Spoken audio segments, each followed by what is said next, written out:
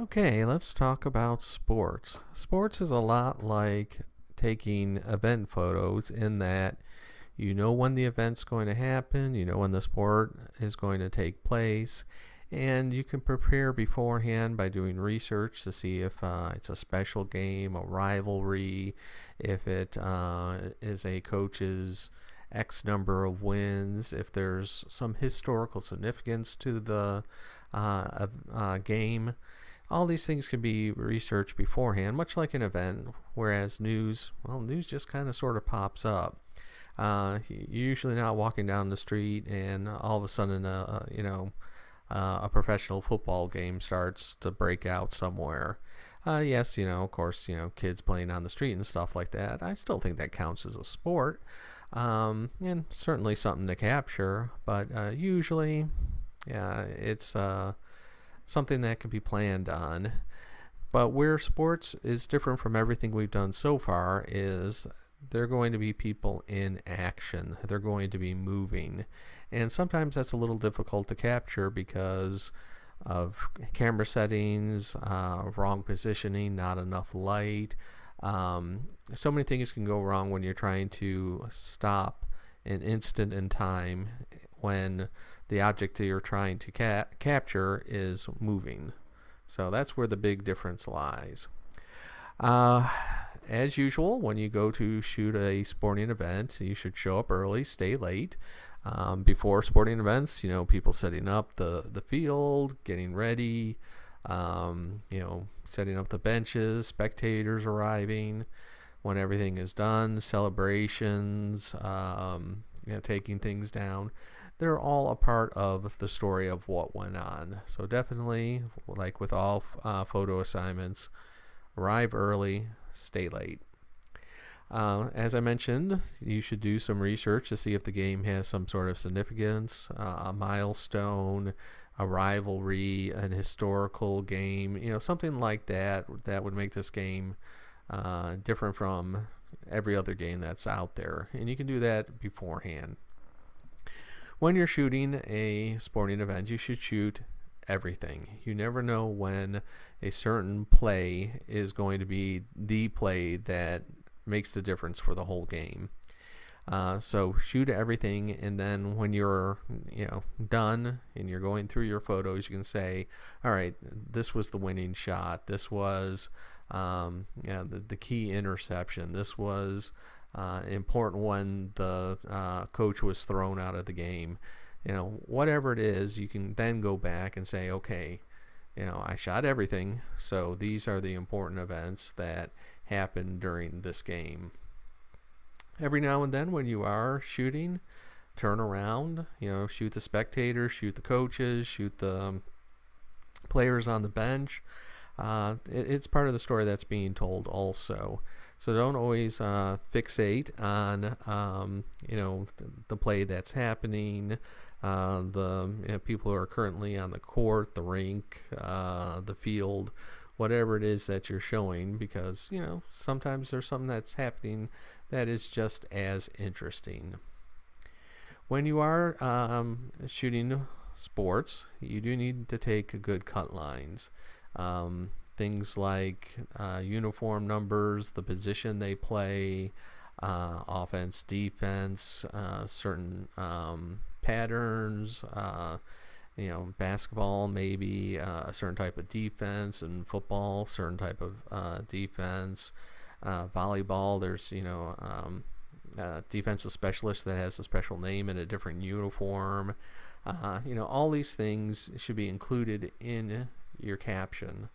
Now, if you do have to use certain jargon, like certain terms, like say, I'm going to pull out an older term, but like a wishbone offense in football, explain what a wishbone offense is. That the quarterback, as they're running to the sides, has three different options of what to do with the ball, and not everyone is a sports fan or a fan of that specific sport. So when you use something like they in basketball, they managed to get a triple double. Explain what that means. Not everyone knows that. free throw line, you may even have to explain that you know, they got to take extra shots due to a penalty.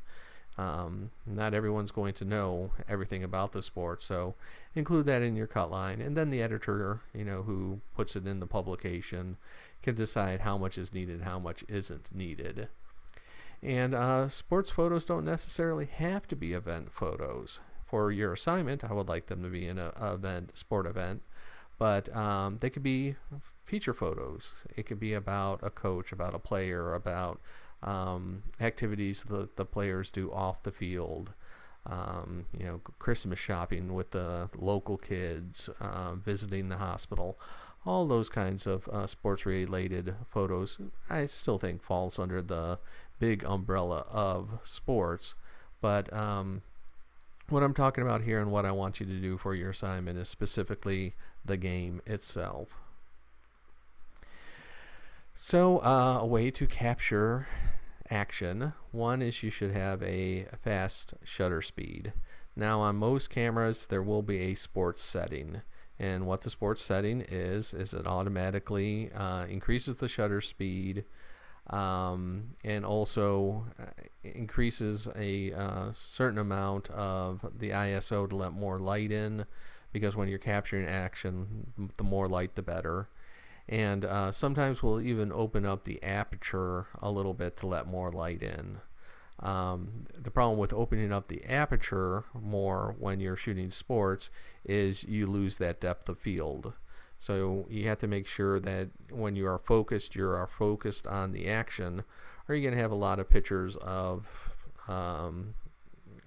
people in the background, people in the foreground, or just everything being blurry because where your focus is set at isn't at the right distance for the action that you're shooting.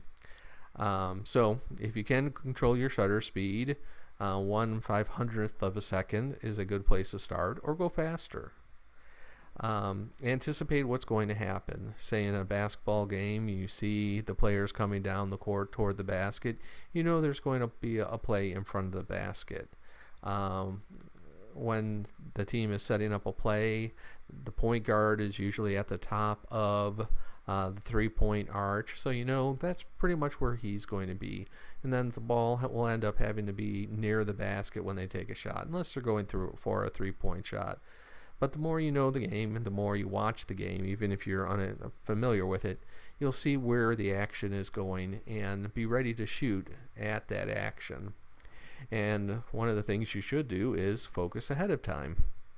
Let's say you're shooting a football game. The quarterback is under center. Focus on him, and by pressing your shutter halfway down, and then when the action happens, you're already focused at that distance. So when he throws the ball, or hands off the ball, or does something, you can press the shutter the rest of the way down, and you don't have to worry about depth of field because it is already focused for that distance. Use angles to your advantage. For example, with a basketball game, if you're under the basket, and I'm sure you've seen basketball games on TV where photographers who are under the basket kind of get wiped out when they the action goes outside of the court. That happens because shooting the action head on is a lot easier, a lot better, a lot more telling than trying to get it from the sidelines. Sidelines, the action is going by you, and trying to capture that is difficult. But if the action is in front of you, coming towards you, it's a lot easier. Try to use the diagonals on some of the different fields, soccer, football, etc. It's an angle that the spectators don't usually see. So when you see that different angle, it draws attention. So think about these things as you're watching the game, setting up your shots, thinking about where the action is going to go. And, I think this is maybe on the next slide or something, but don't pay attention too much about where the ball is, or the puck, or whatever the object they're trying to move is. Watch the players. Sometimes action that is away from the ball, action away from the puck, is more telling about what's going to happen or what's happening in the game than the ball moved. Yes, that's where the focus of the action of the game is. But watch the players, and usually they will show you where the action is going, without having to fixate on the ball all the time. If you do find yourself on the sidelines, you can pan with the action.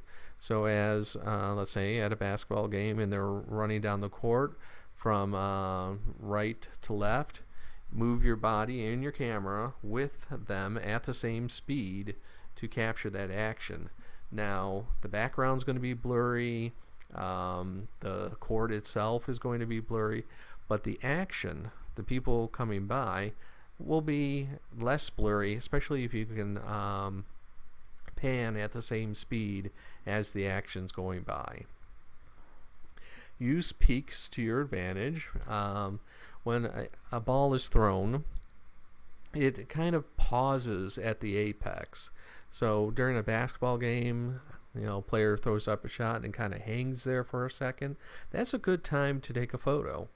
The ball slows down for a little bit. It makes that action easier to catch. It works in football. It works even with swimming. When swimmers, take that first jump in, there's that moment right before they start heading down again that it slows down a little bit. And that's a good time to take that picture. Notice lighting. Some fields, they'll have really nasty shadows late in the day, or the sun is blocked off by the bleachers, or if you're indoors, if you're an IUS student, the activities building where the basketball courts are, the lighting in there is just terrible. I mean, it's not very bright, so you're going to have to compensate for a low light situation by opening up the aperture, having ISO that's maybe 800, and still have that fast shutter speed so you can capture the action.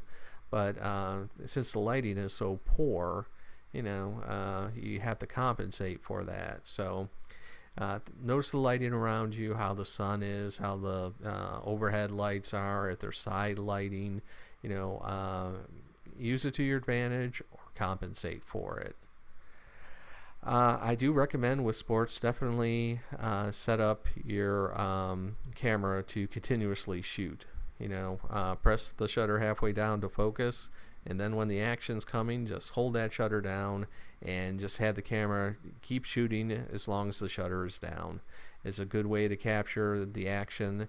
And you'll notice with sports, the beginning of the action, the end of the action can be totally different. So shoot all the way through the action, and hopefully out of the many shots that you end up shooting, that one of them will be good, crisp, shows what's going on, good expression on the faces, everything that makes for a good photo. And kind of as a reminder here on the bottom of the tips is depth of field. Let's say you are shooting a basketball game and you have a really bright arena, and it happens now and then. So you use a smaller aperture so you can capture more of the action without worrying about depth of field. Well, what you're going to end up doing then is people in the bleachers, people in the stands will also be in focus, and sometimes that takes away from that center of interest that you're looking at.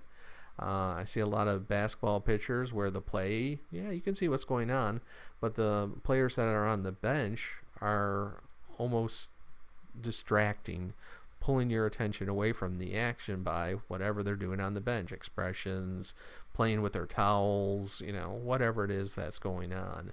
So think about that. With tennis, shooting tennis, You actually want to open up your aperture. Usually there's a fence around a tennis court, and you don't want the fence around the tennis court to be what's focused on or clear. What you want to be focused on is the tennis player. So if you open up the aperture, it just kind of blurs that background out and keeps your attention focused on the action itself. Another problem with using autofocus is sometimes when you just mash down the button instead of focusing ahead of time, you'll end up taking pictures of the people who are on the bench, the people who are in the stands, and the action itself is totally blurry because of focusing at the wrong depth of field. And just remember that when you are going to use autofocus, maybe set up that autofocus the play ahead of time. They're under the basket, press the button down on the shutter halfway, and the next time they come down, press all the way, then hold down, get that continuous shooting going. You may miss the first play, the second play, but you get all the other plays in between. So focus is and depth of field really difficult when the action is going on. You have to make adjustments on the go. So keep that in mind. Some advanced tips. You want to be close to the action. One of the things I look for in your photos, if you got close enough, and you may have to use a long lens to get to the action, especially in football games, except for XFL. The action is far away, and you can't get on the field, so you'll use a very long telephoto lens, and some of those lenses will actually have a tripod or a monopod on the lens itself. So you have the camera in your hand, but the lens is on a tripod, or your camera and the lens is on a tripod, and that's just for stability. When you are shooting with a long lens, just the slightest bit of motion will be picked up, which will result in blurry photos. So usually there's a built-in stabilizer to help control the blurring, but if the lens is really long, and I've worked with some really long lenses, just the weight of them, you're going to need something to hold it up, like a monopod or a tripod. To get more light into the camera, consider a higher ISO. I said about 800. Remember, the higher the ISO, the more grainy the photo might become. So keep that in mind. 800 is usually that cutoff point. It gets a little too grainy if you go any higher, say up to like 1200 or something. Less than 800, you may not have enough light to actually capture and freeze that moment. Mentioned people getting wiped out at the end of the court by players going off the court, football players going on the sideline and just wiping out the photographer. You can see the action that's happening, and if you see the action coming toward you, consider what's more important, the shot or your health, your safety, your bones, the cost of the equipment. So you see the action coming toward you, curl up in a ball, protect your camera, protect your body, and the players see what's happening. They try to not harm people in their way, but it happens. It does. Think wireless, and what I mean by that is some cameras will allow you to actually shoot to a computer rather than shooting to, say, an SD card on the camera. That way you don't have to think about how many photos can be fit onto the SD card.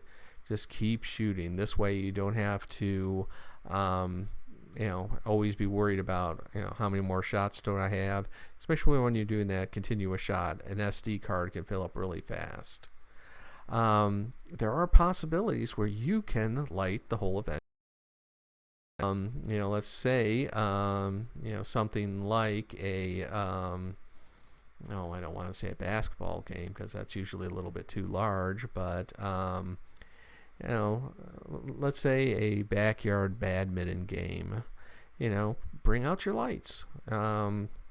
If you can put lighting equipment around the game itself, do it if you can. Some stadiums actually have lighting specifically for photographers put up in the stadium themselves and will connect to a photographer's flash.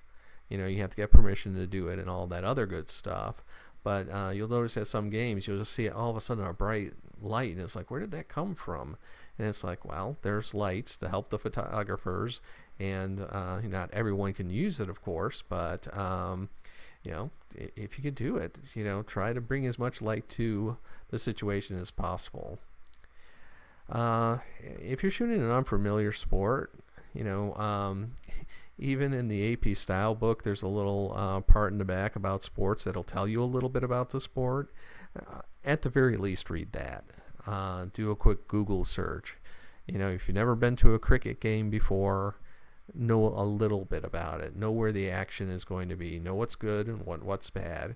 And then go out and shoot it. The more you know, the better off you're going to be. I said this was on the next slide, and follow the players, not the ball, the puck, etc. And I already mentioned why that is.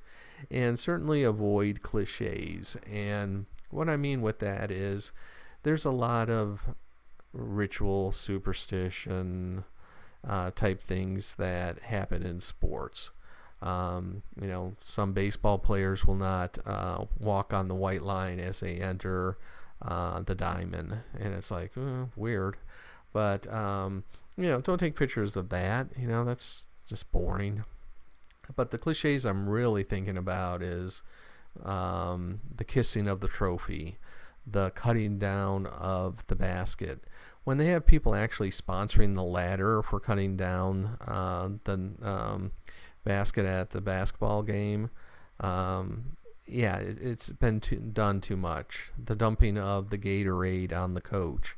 I'm sure it was great the first time, the second time, the billionth time, it's a little bit boring.